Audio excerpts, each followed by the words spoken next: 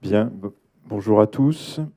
Donc, j'espère que la sieste aura lieu aux prochains intervenants. Euh, le porteur de lunettes, c'est Nicolas Baron et je suis Raphaël Matvet.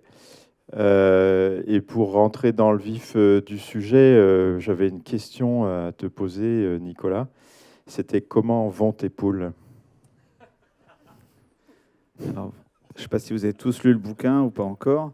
Effectivement, j'avais des poules à qui j'avais donné des noms en rapport avec les Brigades du Tigre, série mythique des années 70. Je sortais du confinement, comme vous tous. J'avais regardé sur le site de l'INA la série en boucle.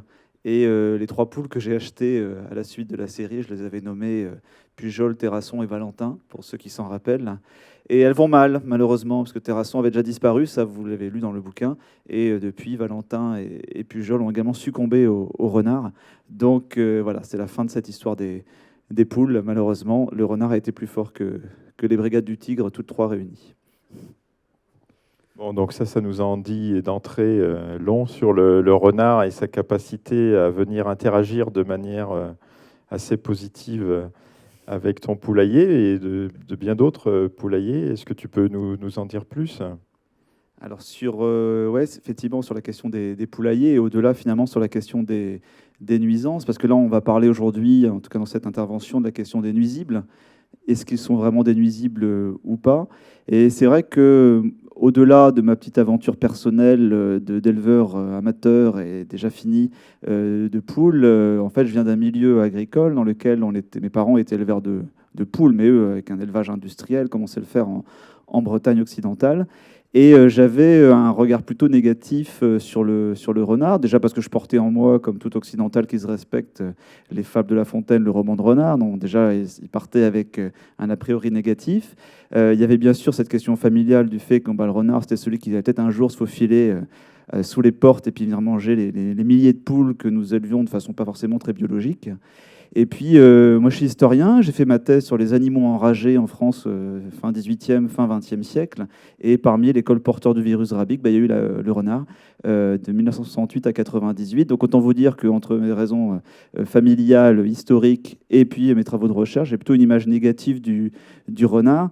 Et puis, en travaillant justement dans le cadre de ma thèse, il a fallu que je lise des choses pour comprendre ce que c'était qu'être un renard enragé autrefois.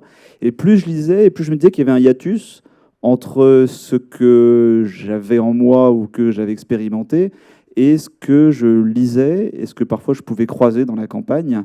Il y avait quelque chose de contradictoire donc entre l'image du renard et la réalité, une réalité d'ailleurs qui continue à s'enrichir parce que les travaux de recherche montrent qu'en fait c'est certes un animal nuisible et encore pour certains, bon, pour certains animaux sauvages bien sûr, pour certains éleveurs, mais il y a aussi beaucoup d'avantages, beaucoup d'intérêt à la présence du renard, sans compter aussi maintenant, et peut-être que vous avez chez vous, je sais pas, un t-shirt avec un motif de renard, des chaussettes, moi j'en ai plusieurs paires, avec des motifs de renard. Peut-être aussi que vous avez offert un tour de lit ou une gigoteuse pour votre petite fille avec des motifs de renard. Chose qui paraît surprenante, moi qui suis historien, qui vois le renard comme une bébête maléfique enragée, j'ai du mal à, quand même, encore aujourd'hui, ça me fait toujours sourire de voir dans les magasins pour enfants des tas d'objets justement avec des motifs de renard dédiés aux bébés. Alors je me dis peut-être que dans 20 ou 30 ans, on fera pareil pour les frelons asiatiques ou pour les ragondins. On aura comme ça des objets pour bébés. Donc ça montre une évolution, et c'est ce que j'ai essayé justement de raconter à travers ce livre, et ce que tu fais toi aussi à travers le sanglier, le fait finalement qu'on a une évolution. On ne naît pas nuisible, finalement on le devient, pour paraphraser une autrice célèbre. Il y a vraiment la question, voilà, la nuisance qui peut évoluer dans le temps, et je crois que pour le sanglier, c'est ton cas aussi. Oui, sachant que moi je suis parti un peu plutôt d'un constat qui était un constat en tant que moi j'ai un double cursus en écologie et en géographie et c'est vrai que moi je m'étonnais que le sanglier a été de tout temps effectivement perçu comme une espèce dangereuse, une espèce qui génère des dégâts et qui a fasciné pour cette raison-là, une espèce qui ne prend pas systématiquement la fuite, hein, qui est capable de réagir, qui a des défenses, donc qui est capable, qui fait, je sais pas, un mâle en moyenne, ça fait autour de 130 kilos, donc qui est capable de venir avec des défenses qui sont capables d'éventrer, d'écorcher, donc et même de blesser mortellement. Donc c'est vrai qu'au cours de l'histoire, on voit que toute la mythologie grecque, la mythologie romaine, indienne, scandinave, etc., sont imprégnés de figurines, de symboles liés au sanglier, de rapports à la nature où le sanglier représente le sauvage. Et moi, ce qui m'avait fasciné, c'est pour ça qu'on est arrivé à cet ouvrage-là avec mon co-auteur, avec Roméo Bondon, c'était de voir comment le sanglier, à la fin, après la Deuxième Guerre mondiale, était devenu un peu une espèce recherchée parce qu'elle était plutôt rare, selon les régions évidemment, mais globalement elle était plutôt rare et c'était une espèce qui représentait un peu le sauvage. Et ce qui m'avait fasciné ces dernières années, moi je travaillais sur d'autres espèces, le flamant rose ou les canards, etc., enfin d'autres espèces, d'autres milieux. Et je voyais le sanglier s'inviter systématiquement dans les débats. Et moi, je suis arrivé sur le sanglier par la problématique qu'il générait, en fait, c'est-à-dire de s'étonner. Je me suis étonné de voir que finalement, il y avait de moins en moins de gens dans le milieu naturaliste passionnés par le sanglier. Il y avait encore quelques chasseurs passionnés par le sanglier, mais que c'était devenu, ce qui définissait le sanglier, c'est que c'était devenu une espèce qui pose des problèmes, qui crée des collisions routières, qui génère des dégâts agricoles, qui vient retourner les potagers. Et donc, c'était de questionner pourquoi en quelques décennies, finalement, on avait cette inversion d'image de dignes représentants du sauvage. On basculait vers une espèce susceptible d'occasionner des dégâts. L'acronyme, c'est ESOD. Voilà, donc je pense que vous avez moyen mémotechnique pour le retenir. C'est de dire que c'est nuisible. Alors je plaisante évidemment, mais c'est depuis la loi de 76. Dans la loi, on a essayé, enfin le législateur a essayé de changer l'idée que les espèces pouvaient être par essence nuisibles aux activités humaines et d'essayer de souligner que c'était le contexte, les conditions qui créaient les conditions de dégâts et de nuisances et de dérangement, si je puis dire. Et on a changé l'appellation, donc désormais on parle d'ESOD, d'espèces susceptibles d'occasionner des dégâts. On ne parle plus de nuisibles dans la réglementation. Mais rassurez-vous, puisque les esprits progressent des fois plus lentement que la loi, ou l'inverse, je ne sais jamais en France. Et donc, toujours est-il que dans la pratique, ça n'a pas changé grand-chose. Voilà. Ouais, donc finalement, nos deux espèces, elles ont pratiquement une trajectoire qui pourrait se croiser, parce que finalement, moi, le renard a été très longtemps vu comme un animal nuisible. Il est toujours d'ailleurs classé dans les ésodes. Il y a 9 espèces et il fait partie de la liste des 9 malheureux. Donc moi, c'est plutôt une évolution positive à travers l'urbanisation, à travers les objets dont je vous ai parlé, à travers la prise de conscience de l'intérêt de l'animal et de tous ses atouts, tous ses talents. Alors que toi, on est plutôt dans une phase finalement de problème mis en avant plus qu'autrefois la fascination, voire le caractère pratiquement sacré, voire divinisé de l'animal. Oui, nous, ce qui ressort, ce qui est mis en avant dans le discours circulant, dans le discours médiatique aussi, ou cinégétique, c'est les 30 à 50 millions d'euros de dégâts agricoles par an, hein, dont les chasseurs doivent prendre en charge eux-mêmes, hein, à la fin des années 60, au nom de la gestion des populations de gibier, de leur rationalisation, les agriculteurs ont perdu leur droit d'affût. Et en échange, ils ont gagné le droit à être indemnisés par les chasseurs. Donc, du coup, ça abîme énormément les trésoreries, ça affecte énormément les relations sociales, puisque en réponse, les chasseurs montent la pression de chasse et font des tentatives de régulation, c'est-à-dire de baisser la taille de la population de sangliers pour baisser les nuisances. Pour avoir un ordre de grandeur, on a multiplié par 23 les effectifs de sangliers abattus en France. Hein. Dans les années 70, on tuait 30-35 000 sangliers en France. Et aujourd'hui, on en tue plus de 800 000, entre 790 000 et 840 000. Donc vous voyez, c'est considérable. Et malgré cela, les dégâts ont la même pente, c'est-à-dire qu'il y a une progression sensible du nombre de dégâts. Donc on voit le sanglier par le prisme du du dégât agricole, donc une profession qui a déjà pas mal de difficultés à gérer par ailleurs. Et puis on voit le sanglier à travers les collisions routières, hein, puisqu'il y a à peu près 30 000 collisions routières, il y a une dizaine de mortalités humaines en moto, en voiture.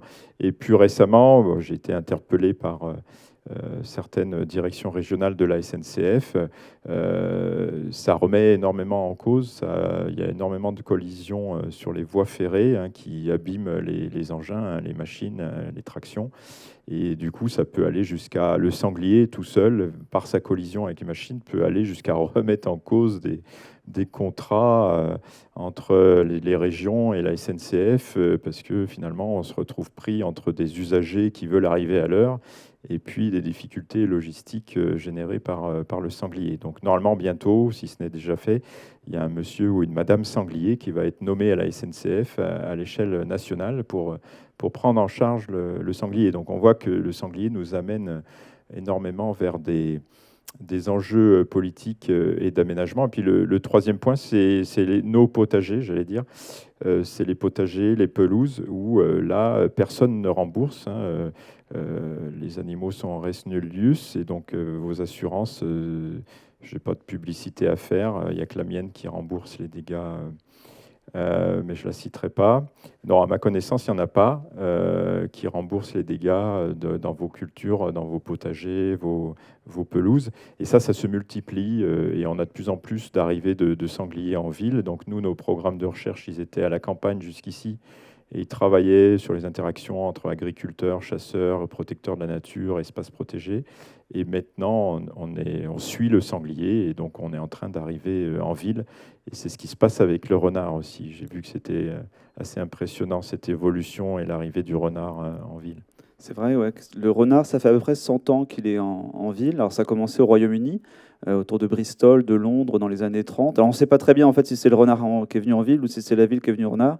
Sans doute, à mon avis, les deux, puisqu'en fait il s'est retrouvé coincé par une urbanisation sous forme de quartier. Puis en même temps, cette ville qui s'est approchée finalement du milieu dit naturel du renard, bah, finalement, alors qu'on aurait pu penser initialement que c'était un milieu qui était défavorable, bah, finalement il y a des abris, il y a de la nourriture, et puis il est tellement plastique sur le plan comportemental qu'il s'adapte extrêmement facilement. Rien que sur le Royaume-Uni, aujourd'hui, on est à 150 000 renards. En tout cas, c'est les chiffres de 2017. Donc, il faut imaginer une croissance vraiment exponentielle à l'échelle du Royaume-Uni. Et c'est partout pareil, hein, que ce soit en Croatie, que ce soit au Danemark, que ce soit en France, de Quimper à Annemasse, de Lille à Montpellier. Vous avez dorénavant des renards qui sont absolument partout. À mon avis, dans 30 ou 40 ans, parce que pour l'instant, on a plutôt une image, les gens qui voient le renard pour la première fois en ville, ils ont un côté émerveillé, c'est l'animal passeur de nature, on n'est pas si méchant parce que vous voyez bien qu'ils viennent jusqu'à nous. Je pense que d'ici quelques décennies, on sera peut-être dans le rapport avec le renard, comme c'est déjà un peu le cas à Londres, avec un peu comme le rapport qu'on peut avoir à Paris vis-à-vis des pigeons. Il y a 150 ans, quand le pigeon a commencé à coloniser la ville parisienne, les gens étaient éblouis de voir cet animal qui symbolisait l'amour. Vraiment, à l'époque, c'est, bah, vous voyez, que même à Paris, évidemment, ville romantique par excellence, les pigeons viennent. Et puis aujourd'hui, c'est plus tout à fait le même rapport qu'on a avec les pigeons. Donc on peut craindre cette évolution-là pour le renard, hein, que son image, qui pour l'instant est plutôt positive, en tout cas dans le cas de la ville, soit en train de changer. Alors si je reviens sur la question de la destruction, parce que tu parlais qu'il y a de plus en plus de chasse du sanglier, là encore, bah, la trajectoire du nombre d'animaux tués en tant que renard, bah, c'est pareil, ça suit l'évolution justement de nos trajectoires qui se croisent.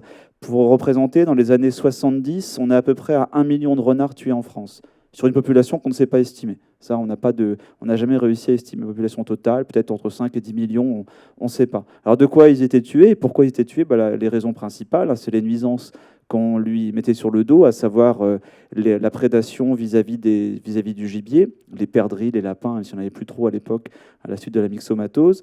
Vous avez aussi les déprédations sur les poulaillers, et avec émotion, vous m'avez entendu parler des miennes. Et puis, vous avez aussi la rage, qui est arrivée en France en 1968. Alors, elle avait disparu en 59, donc 9 ans plus tôt, parce qu'à force de massacrer le loup et les chiens errants, on avait enfin réussi à éradiquer le virus. Et malheureusement, par l'Allemagne et par le Luxembourg, la rage revient, elle va se diffuser dans tout le tiers nord-est du pays. touchant des dizaines, centaines de milliers de renards, on ne sait pas très bien le chiffre exact, et parce qu'il y avait un risque sanitaire, puis il y a aussi un risque économique important, il y avait beaucoup de bovins qui étaient touchés, et il fallait à ce moment-là les abattre et donc perdre pour les agriculteurs des revenus importants. On a décidé de détruire la population de renards. C'est vraiment une politique d'éradication soutenue par l'OMS, par le gouvernement, avec des organismes spécialisés, des primes relevées. Et donc on a utilisé les techniques traditionnelles de chasse, de piégeage, et puis 2 autres techniques, voire même 3. On a utilisé aussi les tirs de nuit. Dans les années 80, on avait des équipes spécialisées qui allaient abattre avec un phare et puis des fusils adaptés les renards. On a également empoisonné les renards de façon massive avec de la strychnine essentiellement, donc des boulettes de viande avec le poison qu'on déversait partout, y compris l'armée avec des hélicoptères qui envoyaient ça dans les zones un peu plus inaccessibles. Et puis, chose qui a vraiment frappé l'esprit et qui a été très critiquée, ça a été le gazage. On a donc gazé les terriers. On le faisait des fois autrefois, déjà début 20e, on faisait plutôt avec des techniques plutôt de finalement créer de la fumée. Le but, c'est de faire sortir l'animal. Là, on va utiliser d'abord de la chloropicrine, qui est un gaz moutarde de la Première Guerre mondiale. Donc le but, c'est en fait, on coince en fait au moment du printemps la renarde et les renardeaux dans le terrier.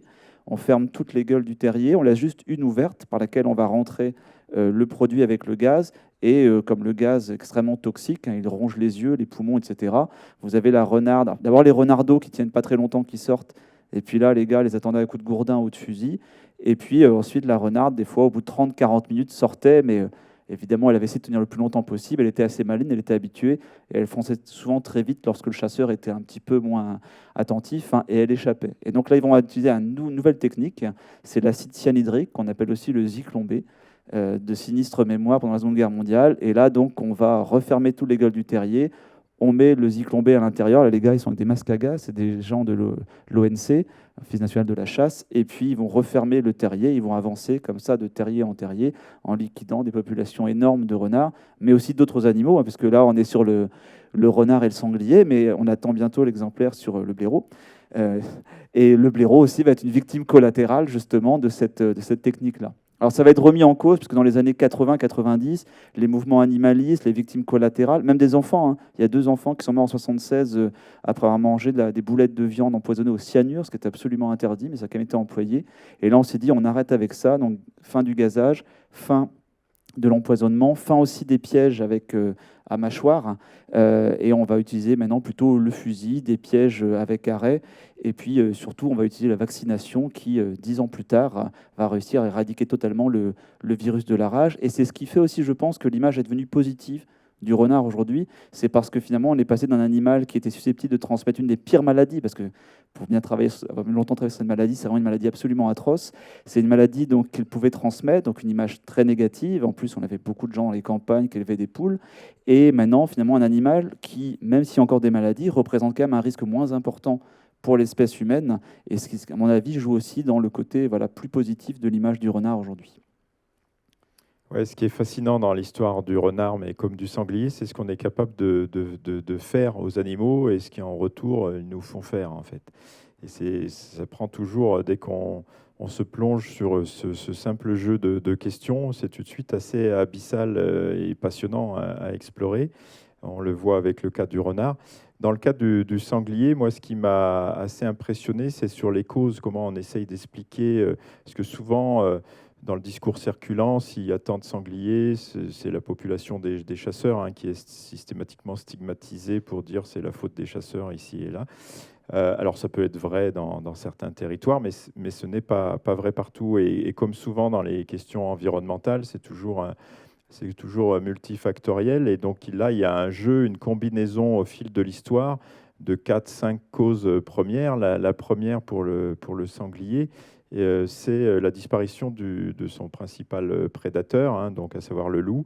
Donc il faut vraiment garder en tête qu'on a été très très efficace pour annihiler les populations de loups jusqu'aux années 30. Et puis maintenant, les populations reviennent naturellement, mais ce ne sont pas les 1000 loups, un peu plus, qui sont estimés en France, qui vont être capables de réduire à court terme, en tout cas, la population de sangliers qui est très abondante. La deuxième cause, évidemment, c'est la progression de la forêt. Je ne sais pas, quand on prend les chiffres, alors on avait notre collègue Laurent de l'ONF ce matin, mais quand on prend les chiffres, il n'y a jamais eu autant de forêts aujourd'hui que depuis, quand on regarde un peu l'évolution au cours des 15 000 dernières années, depuis le 10e siècle environ. On a à peu près 17 millions de forêts. On sait qu'il y a une grande diversité de forêts, mais ça veut dire que cette forêt-là, elle fait de la fructification forestière et il y a énormément de nourriture, d'abris pour les sangliers et pour toute une partie de la biodiversité, évidemment. Et notamment, tout cela en lien avec l'abandon des terres les plus ingrates, hein, sur les pentes du Massif central, des Pyrénées, des Alpes, peu importe.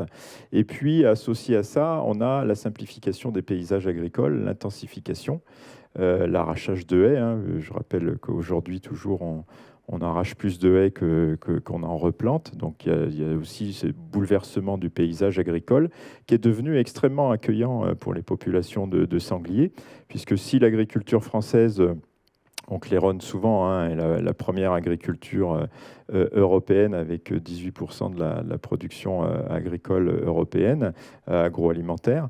On est dans une situation où finalement il y a énormément de laissés de culture, énormément de nourriture, et puis on a une évolution du parcellaire qui fait que les sangliers, à la limite, peuvent passer nuit et jour dans des grandes parcelles de plusieurs centaines d'hectares de céréales ou de maïs, sans crainte d'être dérangés par les humains, puisqu'il n'y a jamais eu aussi peu d'agriculteurs dans ces paysages-là. Et puis l'autre élément, c'est qu'avec cette intensification qui a porté atteinte au renard également, c'est la disparition, certes, de beaucoup d'oiseaux granivores, de passereaux des champs, mais c'est aussi la disparition du lièvre, la myxomatose avec le lapin, c'est la disparition de beaucoup de populations, extinction locale de populations de perdrix. Et donc la chasse devant soi, qui faisait les joies du grand-père et des agriculteurs à l'époque, eh ben, elle disparaît puisqu'il n'y a plus vraiment de gibier à chasser.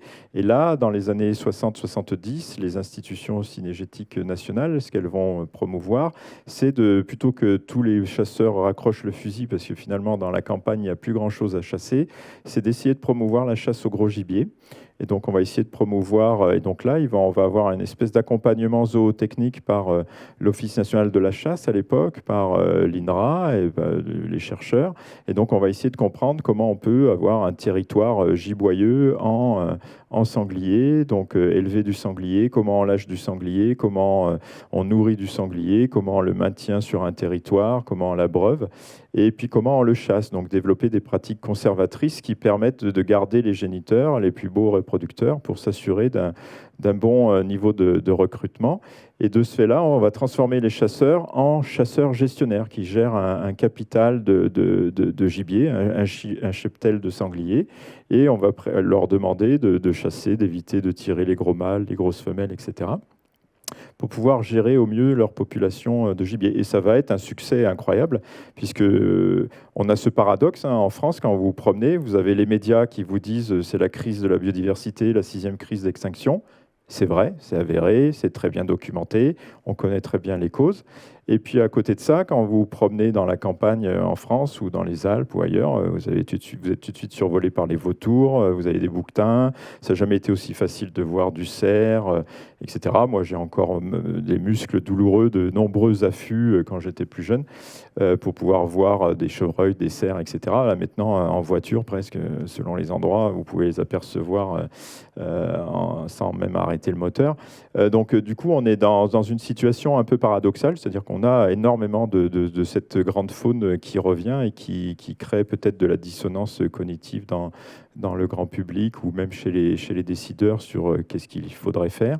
Et puis la dernière cause de présence du sanglier, c'est l'étalement urbain, hein, tu l'as dit pour le renard. Cet étalement urbain, les infrastructures routières et puis ferroviaires, etc., qui vont faire que la ville, les activités humaines s'étendent. Il y a plus d'1 million de kilomètres de routes en France et il n'y a jamais eu autant de sangliers, donc on n'est pas surpris qu'il y ait autant de collisions routières. Et là, petit à petit, ça crée aussi des espaces difficiles à chasser pour des raisons de sécurité, pour les biens, les personnes, pour les chasseurs eux-mêmes. Donc on se retrouve dans une difficulté assez importante pour pouvoir réguler la population de sangliers, sachant également que dans le même temps, depuis la Deuxième Guerre mondiale, on a eu de cesse de créer à juste titre des espaces protégés qui ne correspondent pas à la mise sous cloche, puisque à peu près la moitié sont l'objet d'une chasse aujourd'hui. Mais cette multiplication d'espaces non chassables ou difficilement chassables, évidemment, rend difficile ce qu'on appelle la régulation, c'est-à-dire faire tomber finalement la taille d'une population animale à un niveau qui serait acceptable en termes de dégâts agricoles, de collisions routières et puis de conflits sociaux dans la campagne ou dans les quartiers au sujet des potagers. Et ce que tu disais au sujet du renard sur les maladies, donc sur la rage.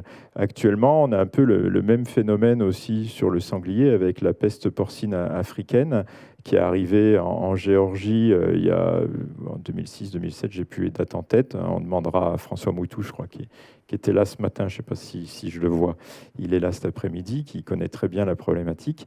Et donc dans cette peste porcine africaine qui est partie de Géorgie et qui est revenue, qui est une maladie hémorragique très grave, et la difficulté qu'on a, qui touche évidemment le sanglier, qui n'est pas dangereuse pour les humains, mais qui est surtout dangereuse pour l'économie de l'industrie porcine, et donc tout l'élevage industriel porcin, qui se voit interdire ses exportations dès que, si par exemple vous avez un sanglier qui est touché au fin fond d'une gorge reculée du Mercantour ou du massif des Écrins, en fait ça se traduit automatiquement, il y a vraiment un effet couperet par une interdiction des exportations de viande porcine, notamment vers la Chine. Et donc évidemment, à l'échelle européenne, on ne veut pas de ça. Et donc le réflexe, c'est se débarrasser des animaux. Donc quand je disais ce qu'ils nous font faire aussi, c'est qu'au nom de la biosécurité, on fait des vidanges sanitaires, c'est-à-dire on demande aux chasseurs d'annihiler toute population, tout individu de sanglier, j'entends, présent dans un périmètre. Et puis on va analyser les animaux, etc., qui sont récupérés, on les évacue et on décontamine les lieux. Et on va aussi, la première des mesures, avant les vidanges sanitaires, c'est aussi la pose de clôture. Depuis 2016-2017, les États européens, avec l'arrivée, avant le déclenchement de la guerre en Ukraine, avec l'arrivée de la peste porcine sur les marges de la Pologne, après l'Ukraine, la Biélorussie, sur les marges de la Lituanie, en Slovaquie également, en fait, tout le monde a commencé d'installer des clôtures. On a dépensé des dizaines de millions d'euros à la pose de clôture. Alors, tantôt, c'est pour les migrants dont on ne veut pas dans le contexte du changement climatique et des vagues migratoires humaines, mais là également pour la faune sauvage, puisque le sanglier est déclaré non pas persona non grata, mais un peu l'équivalent. Et donc tout le monde se clôture à la frontière polonaise, à la frontière ukrainienne, la frontière allemande et polonaise. Les Allemands se sont clôturés. Les premiers à se clôturer, ça a été les Danois, qui ont tout de suite, dès qu'il y a eu des annonces de sangliers contaminés, qui se promenaient à la frontière de l'Allemagne de l'Est, hop, les Danois se sont clôturés, ils ont dépensé tout de suite des caméras et des millions d'euros dans les clôtures. Et donc ça, c'est assez fascinant de voir notre capacité, au nom de la sécurité des affaires humaines, après avoir tout fait pour avoir du sanglier, même si le changement climatique, on pourrait revenir, est en train de booster toutes ces dynamiques-là, d'un seul coup, il y a un effet couperet et on décide de ne plus avoir de sangliers dans plein de régions. Et donc aujourd'hui, on peut se poser la question si c'est à la frontière allemande, c'est à la frontière italienne, si les sangliers contaminés arrivent sur le territoire français, est-ce qu'il va falloir intervenir dans les cœurs de parcs nationaux alpins, etc. Donc ce sont des questions assez critiques. Et donc j'en reviens au renard, parce que là, tu avais souligné la question de la rage. Mais toi, dans les causes de développement de ces populations de renards, donc a priori, il n'y en a jamais eu autant. On va vers une banalisation un petit peu ce qui s'est passé. Le renard est en train de vivre à rebours, si je puis dire, ce qui se passe avec le sanglier. Et donc, comment tu vois un peu l'avenir du renard en ville, à la campagne, dans les années à venir? Alors, avec l'augmentation des maladies aussi, et des zoonoses qui se profilent. Alors, au niveau de la ville, c'est évident qu'on a une croissance démographique. Au niveau de la campagne, on a des chiffres qui montrent une croissance qui est quand même assez modérée.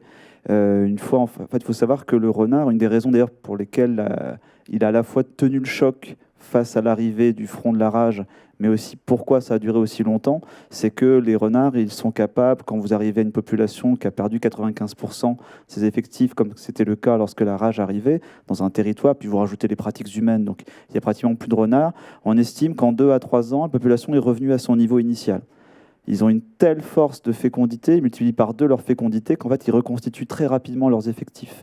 Ce qui fait qu'actuellement, en fait, on a une population à la campagne qui augmente, mais pas de façon aussi massive que les sangliers, par exemple. Peut-être qu'on a atteint en fait une population maximale par rapport aux ressources du milieu. Par contre, c'est vrai que c'est davantage la ville qui est une zone de conquête, une zone de colonisation. On a un phénomène d'urbanisation du renard. À mon avis, je pense que pour le sanglier, on a finalement presque un animal aujourd'hui pour lequel il faut s'occuper surtout de gestion. On parle beaucoup de gestion du sanglier, pas tellement de la gestion du renard. On a plutôt avec le renard aujourd'hui, comme je vous disais tout à l'heure, une vision de plus en plus positive. Et à mon avis, une des raisons, hormis la disparition de la rage et de l'arrivée de cet animal dans la ville, et donc la reconnexion des urbains avec ce monde sauvage, et le renard est un peu l'animal passeur de nature, une autre raison, à mon avis, c'est la prise de conscience. Parce qu'on a changé de regard et parce qu'on a fait des études très poussées, de plus en plus poussées, on a pris conscience de l'intérêt et des talents du renard. Comme d'ailleurs pour le sanglier sans doute, à savoir que c'est un animal qui joue un rôle important dans la dispersion des végétaux, et ça bien sûr le sanglier, entre autres pour la dispersion des végétaux et le développement des forêts, c'est évidemment incontournable. Vous avez tous déjà rencontré des animaux écrasés sur le bas-côté. Si les renards peuvent nous les enlever, ça nous évitera des petits coups de frein ou des coups de volant intempestifs qui, des fois, sont accidentogènes. C'est aussi un animal qui tue beaucoup de rongeurs. Alors bon, là, on n'a pas encore de vivre comme un rongeur. Donc là, on n'aura pas ce débat-là, mais peut-être que ça viendra là aussi un jour. Mais aujourd'hui, on a plutôt tendance à mettre l'accent sur le fait que le renard, il est extrêmement nécessaire pour limiter la population de rongeurs. Il en mange entre 5 et 10 000 par an, à peu près. Donc pour les céréaliers, par exemple, c'est quand même un animal qui est un excellent auxiliaire agricole. Et puis le fait qu'il mange des rongeurs, il va manger un peu de tout. Il adore les campagnols, et en particulier, je pense particulièrement au Jura, au Massif central. Il y a actuellement une invasion du campagnol terrestre, qu'on appelle aussi le râteau-pied, qui est un rongeur XXL. Il fait 20 cm, il fait des trous énormes dans les pâturages, donc ça empêche ensuite de faucher, en tout cas d'avoir une herbe abondante. On est dans une zone de comté, par exemple, et pour le comté, bon, il faut de l'herbe évidemment pour nourrir les vaches. Et puis il y a des trous tellement importants que les vaches, quand elles vont dans les champs, dans les prés, ensuite elles tombent dans le trou, en tout cas se brisent parfois la patte. Et on a traité ça avec des substances chimiques type la bromadiolone, mais qui posent de gros problèmes parce que ça tue aussi d'autres animaux. Et en fait, maintenant, on s'est rendu compte que il y a un excellent rongicide, rodenticide, je crois que c'est le terme exact, qui s'appelle le renard. Et justement, dans le Jura, actuellement, ils font une expérimentation d'une zone de non-chasse pour voir justement si une présence accrue du renard permettrait de limiter la présence de râteaux-pieds et donc finalement de favoriser à long terme l'élevage agricole, et en particulier dans l'élevage de l'élevage bovin. Et puis le fait qu'ils s'en prennent aussi aux rongeurs, non seulement c'est très bien pour ceux qui ont des élevages de poules, pour ceux qui ont des céréales à conserver, mais c'est aussi apparemment très favorable pour les maladies. Et là, je pense en particulier à une étude qui a été menée aux États-Unis en 2012 et une étude aux Pays-Bas en 2017. On s'est rendu compte que plus il y a de renards, donc logiquement, moins il y a de rongeurs, et moins il y a de rongeurs, moins il y a de tiques sur les rongeurs. Et donc, moins il y a de tiques, moins il y a de maladies de Lyme, la borréliose. En fait, vous avez le renard qui va tuer une partie des rongeurs, ou qui va faire une telle pression que finalement, il va créer un stress chez les populations qui vont limiter les contacts interindividuels, ce qui fait que, donc, comme il y a moins de contacts, il y a moins de transmission de la bactérie. Et en fait, on s'est rendu compte que là, justement, on a vu ça aux États-Unis, les zones où justement le coyote avait éliminé les renards, en forme de grand remplacement de certaine façon. Vous avez le coyote qui avait éliminé le renard. À ce moment-là, vous avez la population de tiques qui était plus abondante et davantage de maladies de Lyme. Et à l'inverse, lorsque le renard reprenait possession du territoire, il faisait une telle pression sur les rongeurs qu'il permettait indirectement de lutter contre la maladie de Lyme. Donc il y a des tas d'utilités dont on se rend compte de plus en plus. Et moi-même, je suis, peut-être comme vous, j'ai découvert ça, moi qui venais un peu à reculons sur le renard au vu de mon histoire familiale et de mes travaux d'historien. Je me suis rendu compte finalement que c'est un animal qui est extrêmement utile, et je pense que ça joue aussi un rôle. C'est-à-dire que, en fait, mieux on le connaît, mieux on le comprend et plus on se rend compte de l'utilité de cet animal dans notre société non seulement moderne, mais aussi dans le monde agricole, hein, et en ville aussi, hein, il peut avoir son utilité. Alors, en ville, il ne faut pas se mentir, il y a aussi des nuisances, puisqu'évidemment, le moment de l'hiver, il y aura le rut, donc ils vont beaucoup crier, ils font leurs excréments un peu partout, et j'en ai pas trop parlé, mais il y a aussi une maladie dans laquelle ils jouent un rôle qui s'appelle l'échinococose, qui est une maladie parasitaire du foie, et dans lequel ils jouent un rôle dans le cycle. Il y a aussi le fait que il va déchirer les poubelles, qu'il va les répandre partout. Il va aussi manger dans les gamelles du chien ou du chat, mais ça, il y a plein de gens qui ont... J'en parlais encore à Montpellier avant-hier, une conférence, il y avait des gens qui disaient, ah oui, nous, on a une gamelle spéciale pour le renard, à côté de nos chats et notre chien, il y en a une pour le renard, et voilà, c'est pratiquement le troisième enfant de la famille. Bon, il y a quand même des nuisances, il ne faut pas se mentir. Quand ils seront peut-être très nombreux, c'est possible en cas de la ville, peut-être que là, on aura comme d'autres animaux, j'en parlais tout à l'heure du pigeon et puis du rat, bien sûr, peut-être qu'on va se rendre compte qu'il y a plus de nuisances que d'intérêt, mais pour l'instant, effectivement, il y a quand même beaucoup d'intérêt à la présence du renard à la campagne et en ville aussi, puisqu'il y a une forme de reconnexion. Et je m'interroge aussi, justement, quels seraient pour toi, tu penses, les arguments favorables à la... Parce que là, finalement, on a souvent dans les médias un discours très négatif de gestion, justement, donc en fait de limitation de la population de sangliers. Est-ce qu'il n'y a quand même pas, hormis la dispersion des végétaux, d'autres intérêts à la présence du sanglier? Alors moi, je suis toujours gêné par ce genre de questions sur l'utilité, parce que moi, du coup, ça me renvoie tristement à ma propre condition humaine, et du coup, je me dis, si on demande l'utilité du sanglier, quelle est la mienne, quoi, du coup. Euh, du coup, c'est un peu, voilà, c'est un peu déstabilisant. Donc évidemment, cet argument-là, il est souvent sollicité, il est souvent on nous demande de le préciser sur le terrain. Et évidemment, le sanglier, il participe à ce qu'on appelle la zoochorie, c'est-à-dire la dispersion des graines dans ses soies. Il participe à l'endochorie à travers ses excréments. Il peut favoriser la dispersion des graines. Il est volontiers charognard. C'est surtout un bioperturbateur, je dirais, qui permet de remuer les litières, il permet de remuer les prairies, de changer de remuer les banques de graines dans le sol, et de redynamiser les champignons ou de privilégier d'autres plantes. Il peut être volontiers charognard, je crois que je l'ai dit déjà, mais ce qui est intéressant avec le sanglier, c'est qu'il sert aussi de proie, donc il participe aussi au cycle de la vie à son tour en étant une proie, même s'il peut lui être volontiers prédateur d'oiseaux nichant au sol. Mais en fait, scientifiquement, il n'y a pas de...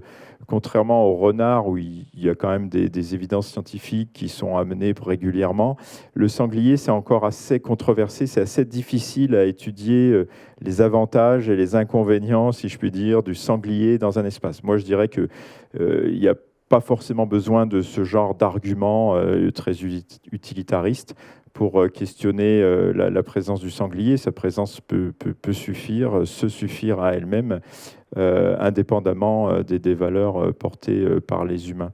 Mais par contre, effectivement, la question, elle se pose en ville.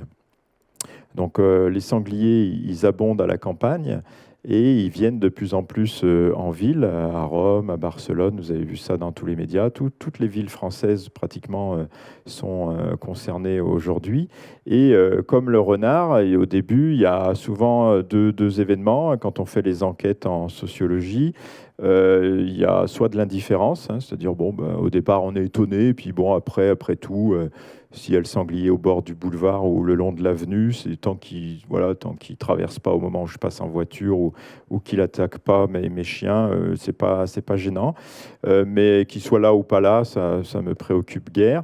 Et puis il y a une autre partie de la population qui, à travers l'arrivée du sanglier en ville, se dit faut accueillir ce migrant, hein, si je puis dire, ce nouvel arrivant. Et donc pour l'accueillir, je vais le nourrir. Voilà. Donc ce qu'on a à faire, c'était le gestionnaire de la faune sauvage de la ville de Berlin. Lui, ce qu'il dit, c'est que en fait le problème, c'est pas le sanglier à Berlin. À Berlin, il y a à peu près c'est une vaste commune, hein, si vous avez la chance de connaître, c'est une très très belle ville avec beaucoup d'espaces verts, avec plus de 20% d'espaces verts sur Berlin. Il y a entre 5 et 6 000 sangliers à Berlin et ils en tuent à peu près 2 000 par an. Mais globalement, vous pouvez avoir une proximité avec le sanglier, avec très de rares attaques, enfin très peu de conflictualité. Le principal souci, c'est moins le sanglier que le comportement des gens à l'endroit du sanglier et des sangliers. La plupart des attaques, il y a à peu près, je ne sais plus, sur la dernière période, là, sur les 20 dernières années, il y a à peu près 1500 attaques, je crois, de sangliers. Il y en a très peu de mortels. En France, c'est une quarantaine d'attaques documentées dans la littérature et seulement une mortelle indirectement. Et la plupart du temps, ce sont des attaques qui ont lieu en action de chasse. Donc c'est des sangliers qui sont en fuite, qui sont stressés, etc., qui finissent par charger hommes ou chiens. Et généralement, quand il y a des attaques, c'est aussi quand il y a une présence de chiens. Et donc ce qu'on voit, c'est que les gens ont tendance à accueillir les sangliers et à les nourrir. Donc tantôt, on va leur porter le reste de pâtes, tantôt, on fait partie d'une association de chats errants et on s'aperçoit que le sanglier vient manger toute la pâtée pour chat que vous avez mis la veille. C'est les sangliers qui les ont mangés, donc les pauvres chats n'ont rien à manger. Et donc, du coup, vous mettez à nourrir le sanglier, comme ça, à côté, vous pourrez nourrir les chats. Et donc, on rentre dans des cycles un peu pervers de cette nature-là. Et donc, on a des sangliers qui rentrent, qui ont une habituation de plus en plus importante et qui n'hésitent plus à venir quémander la glace des enfants ou le sandwich dans les espaces verts. Et donc, ça pose des problèmes de cohabitation. Mais quand on enquête auprès des gens, finalement, le sanglier, pour le moment, en tout cas au niveau de population qu'on a, il y a un décalage entre ce que pensent les gens, les habitants, et ce que pensent les institutions en charge de la gestion de la faune sauvage. C'est-à-dire que les institutions en charge de la faune sauvage disent que la place du sanglier n'est pas en ville. Il y a pas, c'est une espèce sauvage, elle n'a rien à faire en ville. Elle peut que créer des enjeux de sécurité des biens et des personnes. Donc, vu que c'est un animal déviant et tous les animaux déviants, généralement, la solution, c'est quoi? C'est soit on les tue immédiatement, soit on les capture et on les euthanasie. Donc, c'est-à-dire qu'on a une logique très, il y a une espèce de violence politique là-dedans. Et puis, à côté de ça, vous avez des gens qui, eux, n'ont pas forcément conscience des risques et n'ont pas à les gérer de toute façon, ni à rendre des comptes sur comment ils auraient géré les risques de la présence d'animaux sauvages en ville. Et donc les personnes qu'on interroge en ce moment à Nîmes, à Montpellier et sur Toulouse, en fait, montrent que finalement, il y a que la présence d'individus de sangliers qui génère énormément de biophilie, d'empathie, et que du coup, on a envie d'accueillir ces animaux, parce que souvent, dans l'esprit des gens, c'est des animaux qui fuient la chasse, qui fuient la campagne, parce qu'il y aurait trop de chasseurs à la campagne. Et donc, il y a souvent un sentiment anti-chasse qui est associé à l'accueil favorable de l'animal sauvage en ville. Alors que, en fait, jusqu'à présent, le discours des institutions, c'est l'animal est dangereux et donc on doit le réguler. Sur le renard, on pourrait avoir très rapidement le même genre de discours en mettant en avant les nuisances. Alors que là, évidemment, le sanglier peut générer, on l'a déjà dit, pas mal de dégâts avec le renversement de poubelles, les sacs éventrés, les déchets, etc., ouverts. Mais à l'évidence, il y a besoin aujourd'hui d'une gestion différenciée, c'est-à-dire plutôt que d'avoir un règlement qui passe par une solution létale, c'est peut-être de dire il y a des quartiers où on peut aménager les quartiers, c'est ce qui se fait à Barcelone aussi, qui est expérimenté à Barcelone, où on rend difficile la ville à l'accès par les sangliers, ou au contraire, on décide de dire il y a tel quartier où les gens sont favorables, ou souhaitent vivre avec le sanglier, tant qu'il n'y a pas de dégâts, ne souhaitent pas d'intervention particulière des lieutenants de l'OVETRI, ou au contraire, il y a des endroits où on veut strictement pas de sanglier, donc on retourne vers un zonage. Et donc ça, je vais te renvoyer ça vers te poser la question sur le renard. Mais ce que je trouve d'intéressant entre nos deux objets d'étude, à savoir ce renard et ce sanglier, c'est qu'est-ce qu'il dit en fait de notre rapport aussi à la mort et de notre rapport à la faune sauvage. C'est-à-dire que là, ce qu'on voit très bien, c'est qu'on a une population animale, dès qu'elle pose souci, pour des raisons sanitaires, pour des raisons de productivité économique, pour des raisons de confort, ça dépend des moments, et toutes des raisons bien légitimes, hein, j'en conviens. Mais disons que pour toutes ces raisons-là, on décide que finalement, on va pouvoir façonner le corps des animaux, on va pouvoir façonner la population de ces animaux. Et donc, on va mettre en place une politique où, généralement, on va décider avec des règlements, avec des négociations, c'est ce qui fait que on a affaire finalement à des animaux politiques, puisqu'ils vont générer des conflits, des tensions, mais aussi des solutions, des réglementations. Et là, toute la question qu'on voit aujourd'hui, qui crée énormément de tensions au sujet des espèces susceptibles d'occasionner des dégâts, que ce soit le renard, le sanglier, le putois, la belette et d'autres, c'est finalement qui a le droit de vie et donc qui a le droit de mort sur la faune sauvage aujourd'hui. Et jusqu'à présent, il y a l'État qui est souverain, qui a pris en charge, à travers le Code de l'environnement, le Code de l'agriculture, un certain nombre de règlements. Il y a les enjeux sanitaires qui sont croissants aujourd'hui, donc des enjeux de sécurité. Mais jusqu'à présent, c'est plutôt les services de l'État, le monde cynégétique et le monde agricole ou agroalimentaire qui ont pris ça en main. Et aujourd'hui, ce qu'on observe, c'est via les poussées du mouvement animaliste, notamment, qu'il y a une remise en cause de cette légitimité à décider, comme ça, via des réglementations, via des procédures existantes, de la vie et de la mort des animaux, parce qu'ils nous dérangent, parce qu'ils ceci. Et donc, c'est en ça que les deux ouvrages, moi, me semblent assez intéressants, notamment avec l'histoire de ton renard. Bien, merci. Je crois que Françoise veut passer la parole aux gens qui ont plein de questions. Est-ce que oui, super. Voilà, c'est on a 10-15 minutes de temps d'échange. Voilà, j'arrive.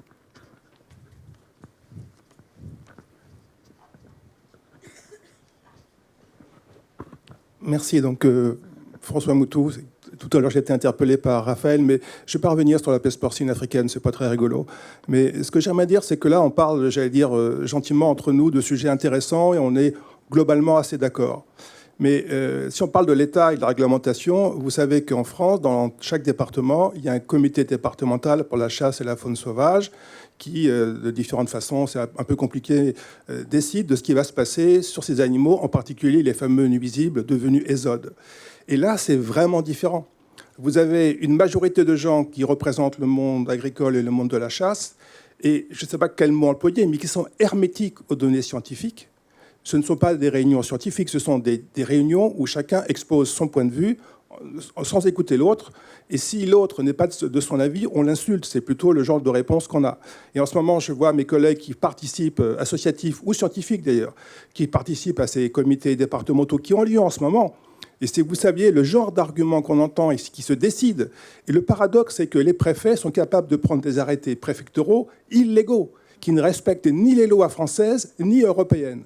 Alors il y a un vrai paradoxe entre l'avancée de la science, auquel beaucoup d'entre vous participez, et ce qui se passe vraiment, et comment faire pour que, dans la réalité des faits, parce que le mouvement animaliste c'est une chose, mais la science aussi est une autre chose.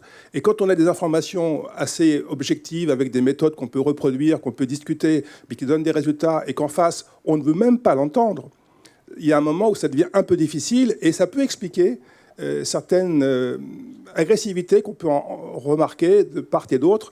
Et si on ne peut pas parler, comment faire pour entendre le discours qu'on aimerait pouvoir diffuser? Donc je ne sais pas comment vous vivez ça, chacun dans votre domaine, pour le renard ou pour le sanglier. Alors, je vais juste aller rapidement un peu dans votre sens, François. C'est vrai que, par exemple, quand je discute des fois avec des chasseurs, avec qui j'ai des relations cordiales, vaut mieux dire ça de toute façon, quand on a des voisins chasseurs, quand je discute avec eux, j'ai encore parfois l'argument, et je sais que ça a été parfois avancé dans certains départements, de oui, il faut tuer le renard parce qu'il y a la rage. Sachant que la rage a disparu en France, en tout cas transportée par les renards, depuis 1998. Donc, vous voyez, ça nous ramène quand même au XXe siècle, et c'est encore un argument qui est avancé. Alors maintenant, ça va être l'échinococcose qui va être mis en avant, alors que bon, c'est une maladie qui pose problème, mais qui reste encore, heureusement, assez marginale. Donc c'est vrai que voilà, des fois, il y a des données scientifiques qui sont mises de côté, et on entend vraiment un discours qui est basé sur le bras de fer, sans forcément tenir compte de la réalité des dernières connaissances. Bien, merci François de cette question qui n'est pas sensible du tout. Mais je partage le constat que tu as mentionné sur les CDCFS qui se réunissent dans le Gard, c'était la semaine dernière. Oui, c'est ça. C'était vendredi dernier. Donc effectivement, il y a une polarisation dans ces instances-là qui sont censées discuter ouvertement et rationaliser un certain nombre de décisions à l'échelle départementale. Et effectivement, le monde chasse agricole, ça doit être des proportions, c'est 70 ou 80% du monde qui est issu de représentants de la chasse et de l'agriculture et 20% de la protection de la nature ou scientifique. Donc on est arrivé effectivement à un stade où il y a un problème d'entendement. C'est vrai que les gens n'arrivent pas à s'écouter d'une part et à mettre des mots sur ce qui se passe, et notamment du fait que tout se bouleverse aussi très vite actuellement, du fait des effets également du changement climatique qui vient renforcer pas mal de tensions sur le terrain et du déploiement de plein de politiques publiques. Quand on discute avec un préfet ou un sous-préfet qui doit gérer la cohérence d'une centaine de politiques publiques, on comprend que certaines, malheureusement, aient un peu moins d'intérêt pour lui. Mais moi, la manière dont on voit les choses, nous, dont on essaye de contribuer à la réflexion, on travaille bien humblement sur cette question-là, on n'a pas de solution. Mais la solution qui est la nôtre, c'est de dire qu'il faut créer du désordre politique, au sens noble du terme, c'est-à-dire de remettre en question l'ordre policier. Alors l'ordre policier, je ne suis pas en train de parler de, je ne sais plus, il y avait quelqu'un qui avait parlé d'éco-terroristes, c'est ça? Non, je ne sais plus, j'ai entendu parler de ça. Et donc c'est pas du tout là-dedans, je ne fais pas du tout référence à l'appareil d'État, à l'appareil policier et donc à notre ministre de l'Intérieur. Là, l'idée, c'est de questionner l'ordre policier au sens de Jacques Rancière, c'est-à-dire c'est qu'est-ce qui définit finalement ce qui est sensible, insensible, ce qu'on doit rendre visible, invisible, et donc questionner ça, et pour construire justement un nouvel ordre policier. Et donc pour cette construction-là, Rancière, il propose de créer des scènes polémiques où on peut faire de la contradiction et mettre en discussion, apprendre à se mettre d'accord sur les désaccords, tout ce genre d'éléments qu'on a entendus depuis une quinzaine d'années pour ceux qui travaillent dans la gestion intégrée ou les approches participatives. Et là, typiquement, dans les CFS, c'est typiquement des lieux où c'est très difficile de faire ça. Alors nous, ce qu'on essaye de faire, c'est on essaye d'arriver avec un aéropage scientifique interdisciplinaire et de créer des lieux de dialogue parallèles aux instances officielles pour essayer d'inviter tout le monde à faire un pas de côté. Donc c'est de travailler par exemple avec les tracés GPS des animaux pour rediscuter de ce qu'on croyait savoir. On l'a vu avec le renard, ils sont plus sociaux qu'on ne croit, avec les sangliers aussi, d'essayer de mieux comprendre le fonctionnement du sanglier en ville, pourquoi il va là, etc. etc. Et en même temps, inviter autant les animalistes, les chasseurs, les lieutenants de louveterie, les élus, les habitants, les représentants d'associations de quartier, à rediscuter tous ces éléments-là, puisque c'est la demande sociale aujourd'hui. Et donc l'idée, c'est de proposer un accompagnement méthodologique pour créer cette réflexivité-là, pour accompagner les services de l'État qui en ont bien besoin, puisqu'ils sont pris à la fois par les injonctions réglementaires auxquelles ils doivent répondre et dont ils sont les garants, et en même temps, on leur demande d'assurer la paix sociale et de répondre à tel lobby et tel autre, etc. Et donc là, nous, ce qu'on propose, c'est d'expérimenter ça, et c'est ce qu'on est en train de faire actuellement sur Montpellier et dans une moindre mesure sur Nîmes. Ouais, c'est extrêmement intéressant ce que tu viens de dire, Raphaël, sur le partage du sensible, en fait, ce que Jacques Rancière dénomme comme ça. Et question naïve, est-ce que la visée de ce travail-là, c'est qu'il n'y ait plus de partage du tout, de sorte que tout est sensible, c'est-à-dire que la catégorie de nuisible disparaît totalement, ou pas? Moi, je n'ai pas de réponse. Enfin, merci, elle est pertinente, hein, la question, mais je n'ai pas de réponse là en l'état, puisque moi, je ne peux pas préjuger de ce qui va sortir, en fait, du débat. Peut-être que dans l'arène qu'on construit, où on est vigilant à ce que chaque point de vue puisse vraiment être partagé, pas exposé en tout cas, et pris en compte par les autres, même si on n'est pas en train de créer une représentation commune, mais simplement déjà partager sur les choses. Et idéalement, on pourrait dire, oui, on pourrait aller vers, il n'y aurait plus de partage, tout serait sensible. Mais l'exemple montre quand on travaille non pas à l'échelle des animaux, mais qu'on a la même démarche à l'échelle d'un territoire, parce qu'on fait ça aussi à l'échelle territoriale. Et quand on travaille à l'échelle territoriale, on parle plutôt d'attachement, c'est-à-dire comment remettre du sensible dans les arènes politiques. C'est-à-dire parce que de la même manière, ces dernières années, de la même manière que dans les CDCFS au sujet de la faune sauvage et en particulier des nuisibles, on a évacué la science et les dimensions sensibles. À l'échelle des territoires, on a maintenu encore des dimensions techno de la science. Sur la partie science pure, on est encore dans une situation de défiance. On est encore dans des mouvements très trumpiens, on va dire. Et puis, sur la partie sensible, on refuse de la voir, si ce n'est pour en faire un levier d'enrôlement de la population au moment, voilà, lors d'une envolée lyrique par un élu local, ce genre de choses, pour essayer d'engager sa population à participer collectivement à quelque chose.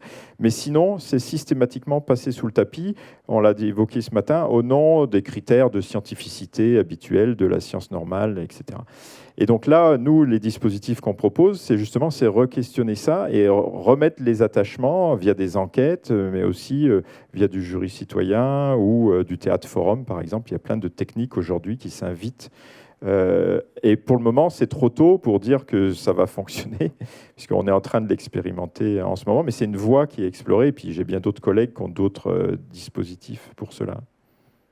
Moi, j'avais une question sur la période Covid.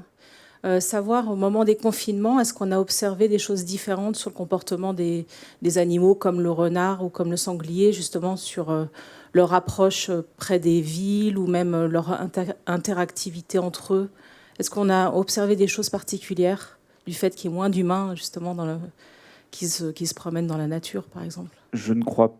Enfin, moi, j'ai pas lu d'études post-Covid qui auraient montré justement une évolution du comportement. Je dirais que c'est plutôt l'inverse, c'est plutôt les humains qui ont, je pense, changé de comportement. Déjà, les 2 mois de pause dont on a bénéficié, entre guillemets, ont peut-être ouvert davantage notre regard. On était peut-être plus sensible au bruit, au mouvement des animaux.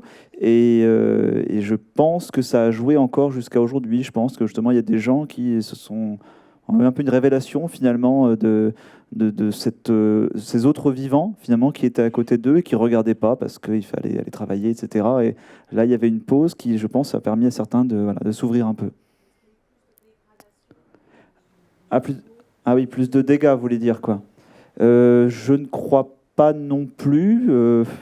Non, enfin, je sais pas. Moi, j'habite vraiment à la campagne, mais peut-être c'est un parisien. Je ne sais pas s'il y a eu plus de poubelles déchirées, plus de... Voilà, bon, hormis mes poules, évidemment, mais bon, voilà. Je ne reviens pas sur ce moment tragique. Non, je crois qu'il y a eu même un peu phénomène inverse, c'est-à-dire que dans des parcs, alors de mémoire, hein, il me semble que dans des parcs urbains, dans la région parisienne et dans d'autres métropoles, le fait qu'il y ait moins de fréquentation des parcs au moment du confinement, il y avait moins de déchets dans les poubelles, donc moins de sacs plastiques à décortiquer, à arracher, et moins de poubelles à se partager.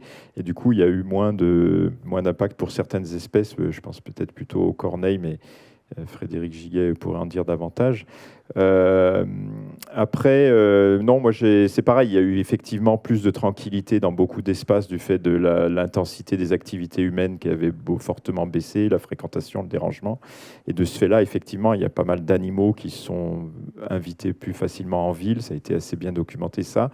Mais par contre, sur le sanglier, qui a eu un effet particulier, j'ai rien de notable en tête.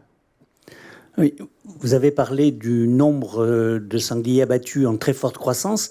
Les populations de sangliers sont malgré tout en très forte croissance elles aussi. Comment vous l'expliquez ? Un peu le même phénomène qu'a décrit Nicolas pour le sanglier. Donc ça a été modélisé et étudié par Marlène Gamelon au CNRS à Lyon avec d'autres collègues.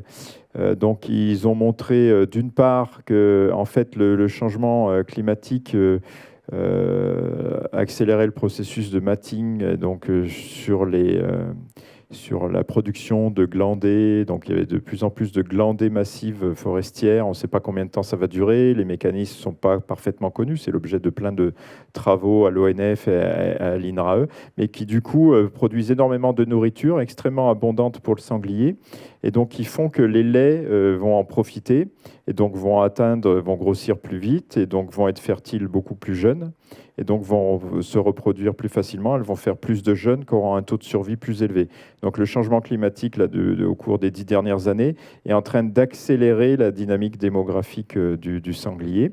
Le deuxième paramètre qui joue, c'est celui qu'a décrit Nicolas, c'est pour le renard, c'est-à-dire qu'ils ont étudié une population chassée de sangliers versus une population non chassée.